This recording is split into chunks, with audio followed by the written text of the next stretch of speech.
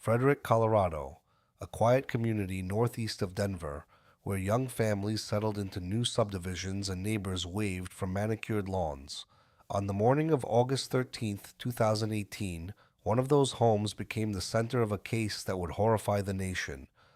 A friend named Nicole Atkinson arrived at the Watts home that afternoon after Shanann Watts failed to attend a prenatal appointment and stopped responding to messages. No one answered the door. Shanann's car sat in the garage.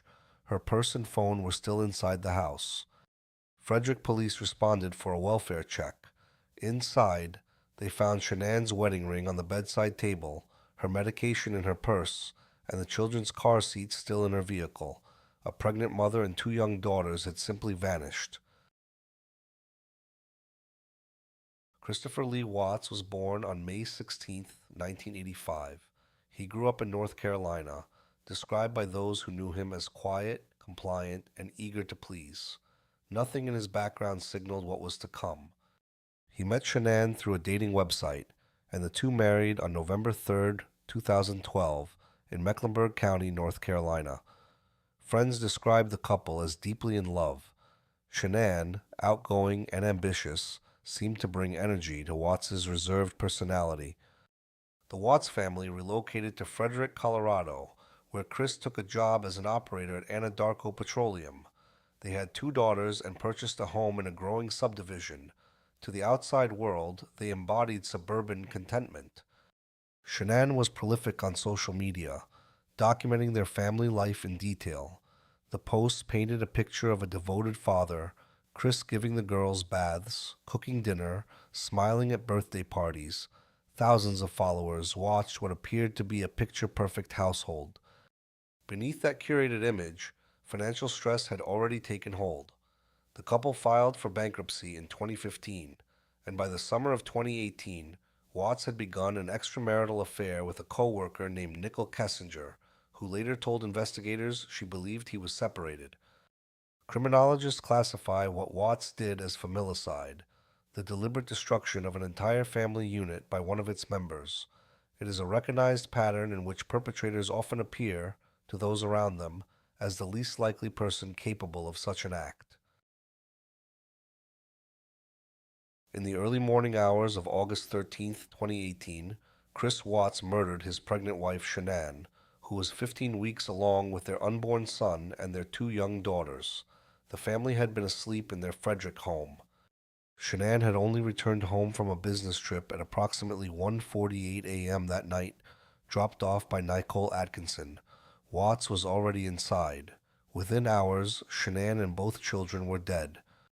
Watts loaded the bodies into his work truck and drove approximately 45 minutes to an Anadarko Petroleum oil site known as Servi 319, a remote location where he had worked regularly and knew the terrain. He buried Shanann's body in a shallow grave near the oil storage batteries. His two daughters were placed inside crude oil tanks at the site. Watts then returned home and went to work as though nothing had happened. That afternoon, after Atkinson's report triggered a welfare check, Watts was contacted by police. He expressed concern and cooperated initially. He told officers that Shanann had left with the children after an emotional conversation that morning. Watts then appeared on local Denver television stations, looking directly into cameras and pleading for his family's safe return.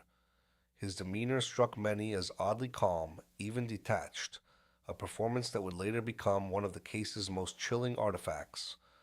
His motive, as investigators would come to understand it, centered on his desire to abandon his family and begin a new life with Nicole Kessinger. Watts later provided shifting accounts of his reasoning, but the affair remained the consistent through line across every version. In a February 2019 prison interview, Watts admitted that his two daughters were still alive when he drove them to the oil site and that he killed them there, contradicting his earlier claim that all three died at the family home. The exact sequence has been described differently across multiple accounts he has given. The case moved with extraordinary speed.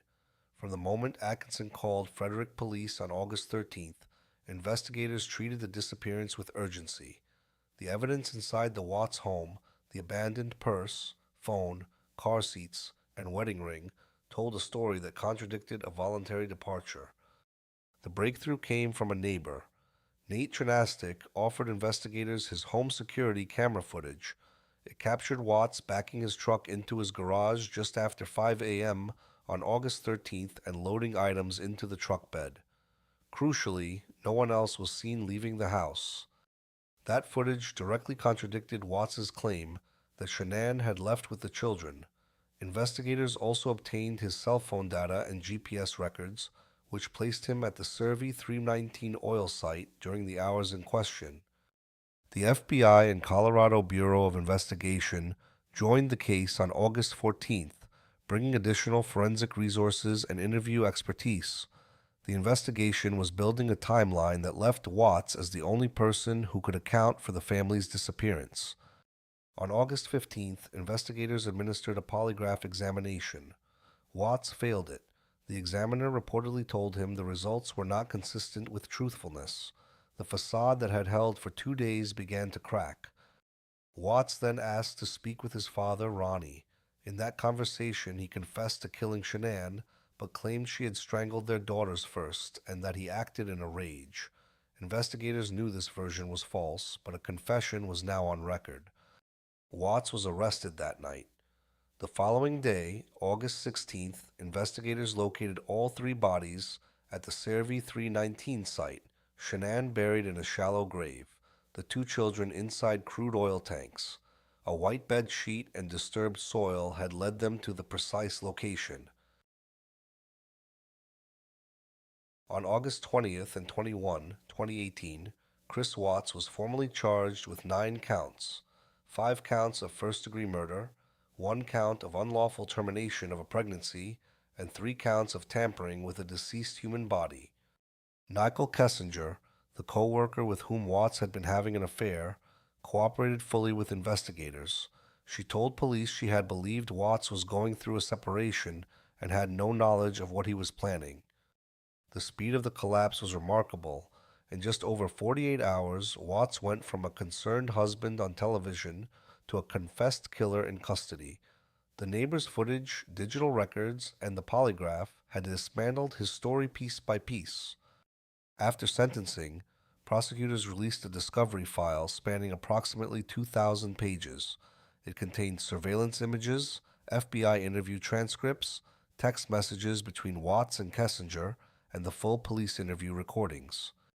The text messages revealed the deterioration of the marriage from both sides. They also showed the intensity of Watts's relationship with Kessinger and how he had concealed his family's existence from her, constructing a parallel reality that required the destruction of the original one. Watts's story would continue to shift. In letters reportedly sent to a pen pal in 2021, he allegedly claimed he had planned the murders for weeks and had attempted to end Shanann's pregnancy beforehand. These claims have not been independently verified and must be treated with caution. On November 6, 2018, Chris Watts entered a guilty plea to all 9 counts. The plea agreement removed the death penalty from consideration, a condition requested not by Watts, but by Shanann's family, who wished to avoid a prolonged trial. On November 19, 2018, Judge Marcelo Kopkow delivered the sentence: 3 consecutive life terms and 2 concurrent life terms, all without the possibility of parole, an additional 48 years for unlawful termination of pregnancy, 36 years for 3 counts of tampering with a deceased human body. Shanann's parents, Frank and Sandra Razuchek, addressed the court during sentencing. Their statements conveyed grief that transcended the courtroom, the loss not only of a daughter and grandchildren, but of an unborn grandson they would never hold. There was no trial, no cross-examination, no defense theory presented to a jury. Watts's guilty plea meant the public record would rely on confessions, discovery documents, and investigative reports to construct the full picture of what happened inside that house. On December 3, 2018, Watts was transferred out of Colorado due to security concerns.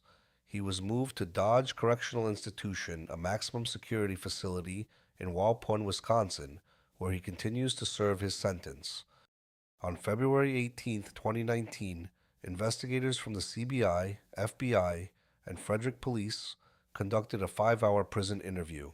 It was during this session that Watts admitted the children were alive during transport to the oil site, his most damning confession and his third version of events. In 2019, Shanann's parents won a $6 million civil judgment against Chris Watts. They have since become advocates for domestic violence awareness, channeling unimaginable loss into a public mission to protect other families. The Watts case became one of the most widely followed criminal cases of the decade. Documentaries, books, and countless hours of analysis have examined the psychology of family annihilators, individuals who destroy the people closest to them rather than face the consequences of their own choices.